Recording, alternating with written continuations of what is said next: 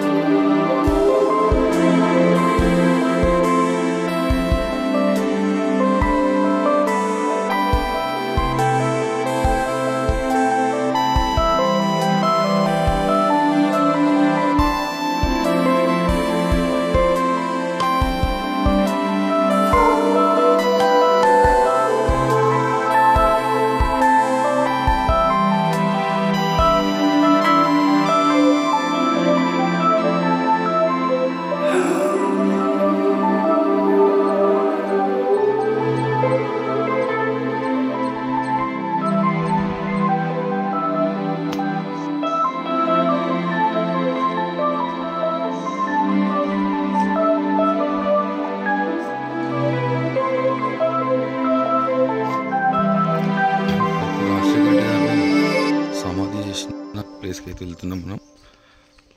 కొంచెం ముందుకు నడుచుకుంటూ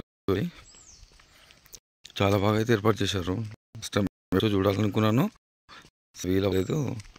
ఇది సడన్లీ ఈరోజు వీలైంది, ఇక్కడ రావడం జరిగింది. సార్ గారు సమాధి దగ్గరికి అయితే వెళ్తున్నాం మనం. దగ్గరికి వెళ్ళిన తర్వాత మనం పర్టికులర్గా వీడియో చేసి చూపిస్తాను. ఇది వచ్చేసి వైఎస్ రాజశేఖర రెడ్డి గారు మరణం అనంతరం దాన్ని తట్టుకోలేక చనిపోయిన వాళ్ళ నేమ్స్ కూడా లిఖించడం జరిగింది ఇక్కడ. ఇది ఫస్ట్ వచ్చేసి నల్గొండ జిల్లా. ఇక్కడ చూసినట్టయితే నల్గొండ కనిపిస్తుంది. ఈ నల్గొండ జిల్లాలో ఈ పేరు నేమ్స్ వచ్చేసి ఉన్నాయి. నెక్స్ట్ వరంగల్ ఉన్నది, ప్లస్ పశ్చిమ గోదావరి, ఇలా చాలా మొత్తం టోటల్గా నేమ్స్ అనేది ఇట్లా మొత్తం మీద ప్రతి ఒక్క జిల్లా పేరు, వాళ్ళ ఊరు ఎక్కడ అనేది ప్రతి ఒక్కటి రాసి పెట్టారు ఇక్కడ. ఆదిలాబాద్, నిజామాబాద్, వైఎస్ఆర్ జిల్లా ఇక్కడ, కర్నూలు, హైదరాబాద్, కరీంనగర్, ఖమ్మం, విజయవాడ, ఖమ్మం, గుంటూరు, విజయనగరం, విశాఖపట్నం, మెదక్, మహబూబ్ నగర్, ఇలా చెప్తూ పోతే అసలు వీళ్ళందరి పేర్లు కూడా దీనిపైన రాసి ఇలా మధ్యలో అయితే మనం ఘాట్కి వెళ్ళే ముందు మధ్య మార్గంలో అయితే ఇలా ఏర్పాటు చేశారు. చాలా బాగుంది. దానికి మన నాయకుడు అసలు ఎంతమంది ప్రేమలు మనిషి మండల్ కాటపల్లి విలేజ్. ఎవరు ఉన్నారా నియర్ బై? చాలామంది బాధపడ్డారు ఆ టైంలోనే. వెతుకుతున్న కొద్దీ ఈ బోర్డు ఉంది, నల్గొండ బోర్డులో చూస్తే నియర్ బై కాటపల్లికి వెరీ నియర్ బై ఉస్తాలపల్లి విలేజ్లో ఒక అతను చనిపోయాడు. అది వెరిఫై చేస్తే కరెక్టే ఉంది. ఇది ఇంతకు మాకు తెలుసు ఆల్రెడీ అతను చనిపోయాడని. ఇక్కడ నేమ్ కనబడడం వల్ల మాకు కూడా ఇంకొక అథెంటికేషను పక్కాగా ఇక్కడ జరిగింది చూస్తే. సో ఇవన్నీ కూడా అథెంటికేటెడ్ నెంబర్స్ లాగానే ఉన్నాయి. అదొక్కటి ఒక బాధాకరమైన విషయం.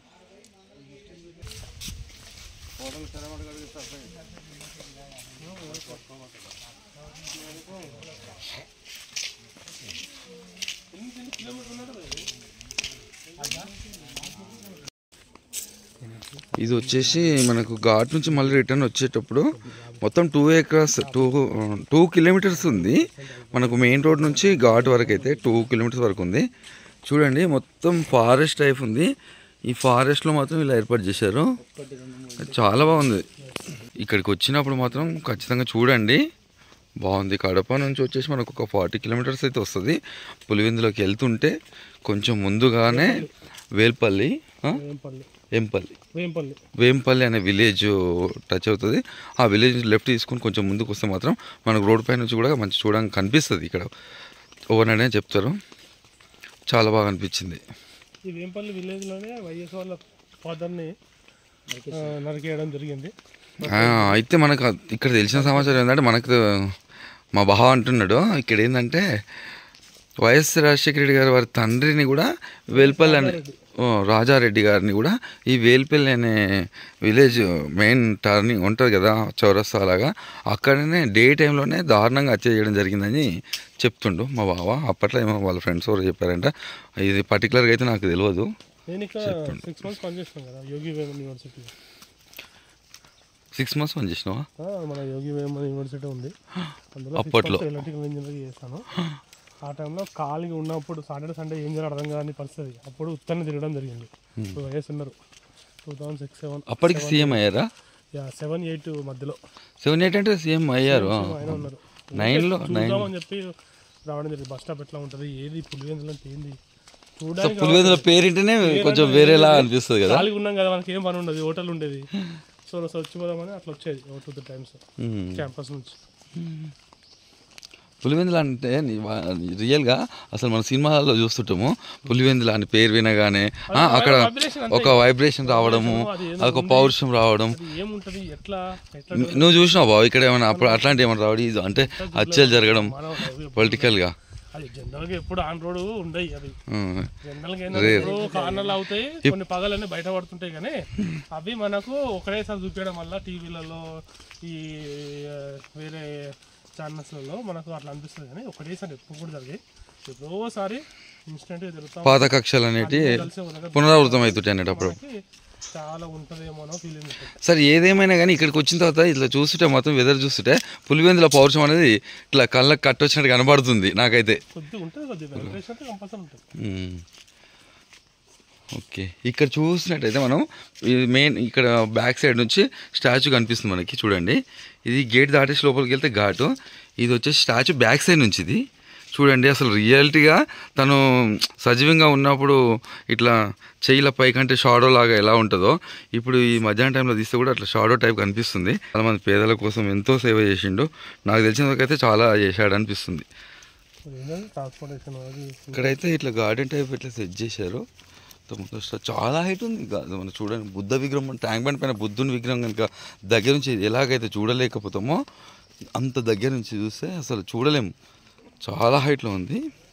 ఆ పేరు చూడండి, డాక్టర్ వైఎస్ రాజశేఖర రెడ్డి గారు అని పేరు వింటేనే ఏదోలా అట్లా అనిపిస్తుంటుంది. చూడండి, దగ్గర నుంచి తీస్తున్నాను ఇప్పుడు కదా, ఎంత హైట్లో ఉందో తనని. మళ్ళీ లాంగ్ టైం నుంచి లాంగ్ దూరం నుంచి తీస్తే ఇంకొంచెం బాగా అనిపిస్తుంది. చూపిస్తాను మళ్ళీ అక్కడి నుంచి కూడా.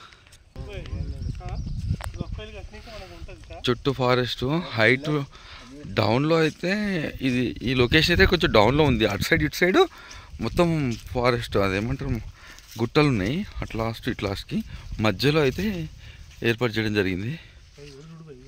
చూడండి, ఇక్కడ నుంచి చూస్తే ఇగో ఈ హ్యాంగింగ్లో కనిపిస్తుంది. బ్యాక్ సైడ్ స్కై ఎఫెక్ట్, వెనకాల గుట్ట, అసలు అది ఎంత బాగా అంటే అసలు నెక్స్ట్ లెవెల్ ఉంది చూడడానికి అయితే ప్లేస్. రియాలిటీ అసలు ఎంత బాగా తీశారో విక్రమ్. ఇక్కడ ఉన్న ఇప్పుడు ఈ స్టాచ్యూస్ ఉన్నాయి కదా, ఇక్కడ ఈ స్టాచ్యూస్ అసలు ఎందుకు ఏర్పాటు చేశారో దీని గురించి అసలు ఏంది అసలు నాకు ఏం అర్థం కావట్లేదు. వీళ్ళు ఏంటంటే సింబాలిక్ గా చూపించే ప్రయత్నం చేసారు వాళ్ళు. సింబాలిక్ అంటే ఆయన వయస్సు ఫ్రంట్ లో ఉన్నాడు కదా, అవును. సో ఆయనతో పాటు అన్ని వర్గాలు కూడా ఆయనతో పాటు ఉన్నాయని తెలియపరచడానికి మీరు చూసారు. మీరు చూస్తే కనుక ఇందులో స్టూడెంట్స్ ఉన్నారు, రైతులు ఉన్నారు, ముస్లిమ్స్ ఉన్నారు, హిందువులు ఉన్నారు, అండ్ వాళ్ళు ఉన్నారు, అన్ని లోకలైజ్డ్ వాళ్ళు ఉన్నారు. సో అందరూ ఆయన సపోర్ట్ చేస్తారు, ఆయనతో పాటు ఉన్నారు తెలియపరచడానికి ఒక ఇలాగా క్రియేట్ చేయడం జరిగింది అంతే. Okay okay. చూడండి ఇక్కడ మనకు రాజశేఖర రెడ్డి గారు ముందు ఇట్లా చెయ్యి ఇలా పెట్టేసి ఒక రైతు మాదిరిగా ఉన్న స్టిల్, అసలు ఆ స్టిల్ మనకు అప్పట్లో కూడా చూసాం మనం. దాని వెనకాల మాత్రం ఈ ఎన్ని స్టాచ్యూస్ పెట్టారు అసలు ఏంటని అర్థం కాలేదు. కానీ మా బావగారు మంచిగా ఎక్స్ప్లెయిన్ చేశాడు. అసలు ఏంటంటే తను చేసిన సేవలు ఎంతమందికి ఎలా చేశాడు ఏంది అనేది అందరు తన వెంటే ఉన్నారు అని చూపించడం కోసం ఈ స్టాచ్యూస్ అయితే ఏర్పాటు చేశారంట. చాలా బాగుంది. ఇక్కడ ముందు స్టాచ్యూస్ ఇవి, లాస్ట్లో చూస్తే సార్ గారిది పైన వెనకాల ఎంత బాగుంది చూడండి. చూడడానికి చాలా బాగుంది కదా.